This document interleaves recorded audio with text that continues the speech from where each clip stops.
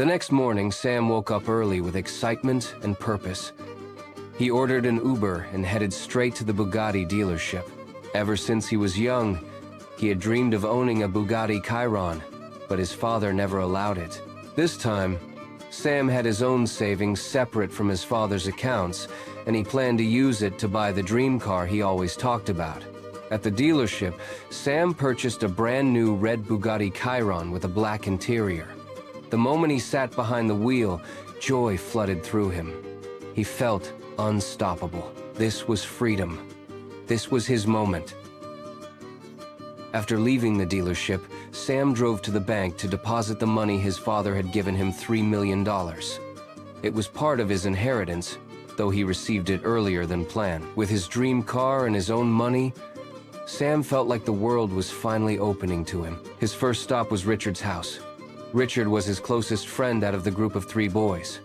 Sam pulled up to the driveway, honking and calling him outside. When Richard stepped out and saw the car, he paused in shock. Then Sam stepped out, sunglasses on, waves in his hair, red-collared shirt, dark blue jeans, and red and black Jordans. Exactly how he always described his dream entrance to Richard years ago. Richard instantly remembered all the late-night conversations about this car, this moment when Sam gets it, and the life Sam would have with this car. He was happy for Sam, but deep down, he worried something significant must have happened between Sam and his father for this day to come so soon.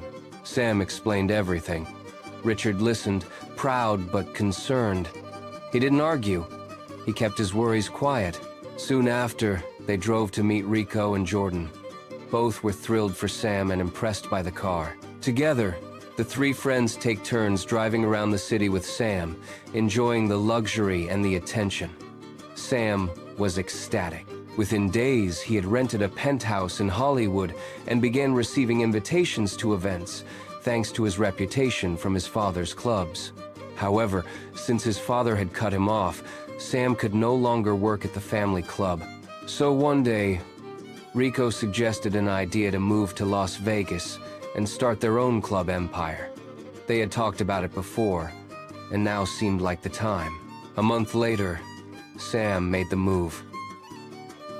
The weekend before Sam left, he was invited to a gala on one of the high business owners that Sam knows that used to go to his dad's club. When Sam went to the gala, he saw his brother John there, and it was not a happy interaction. It was over a month that John did not see Sam. John felt that Sam was a spoiled brat and that he didn't deserve to be at the gala. But despite how he felt, John kept his cool because he was there to represent the business. Both John and Sam talked to other people and just looked at each other from time to time. John thought that Sam looked happy to be out of him and his dad's heir. Also that Sam was happy living the rich boy life. John was disgusted with Sam, because Sam has the Smith last name and John never wanted to admit that Sam was his brother in events, because John never felt like Sam earned it. Before John left, he saw Sam outside by himself leaning against his new car waiting for the other boys to come out. John went up to him and spoke in a sarcastic tone, saying, "Wow, so this is your new car, huh? I thought it would be shinier." "Wow, with your high baller reputation, me and Dad been hearing so much about. I would think you would have more of a fancier car. I'm a little underwhelmed." Sam got a little mad and angrily said, "This is my dream car. I am sorry my dreams are not up to your high standards." John replied, "Oh, they were, but you went brand new on us. So, I just thought you would go big since your old home was not good enough for you." Sam got a little angrier, replied, "It's good, but I want my own life, that's all. When are you going to get that? Johnson." Now John hated when Sam called him that, for that was the name their mom used to call him. He only wanted his mom to call him that, and Sam knows that. So when John heard that, he walked up to him, slapped Sam, took his shirt and lifted Sam up a little and said, "Do you want to get your butt whooped like the last time?" When John said that, Rico, Jordan, and Richard ran up to them and pulled them apart, for they were about to fight again. Sam looked at his brother saying, "You know what? I don't have time for this. I got a plane to catch.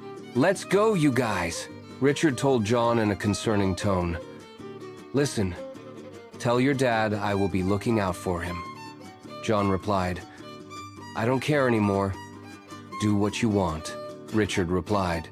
Just please pass that along to your dad, okay? Please, he needs to know.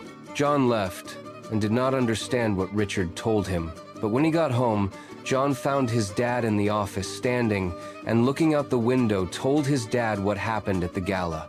When Bill heard what happened about what John and Sam did, Bill turned around and slapped John so hard that John started to bleed in his mouth. Bill said angrily, You represent me. You were not there to pick a fight with your brother. What he does, it's on him. But if you're under my roof, you will represent and respect the Smith name. John wiped his lip and said, Yes, sir, sorry, won't happen again. Bill turned around and kept looking outside the window. Then he mentioned Richard's message. When Bill heard it, he lifted his hands and began praising God right there in the office. John didn't understand and didn't care to ask.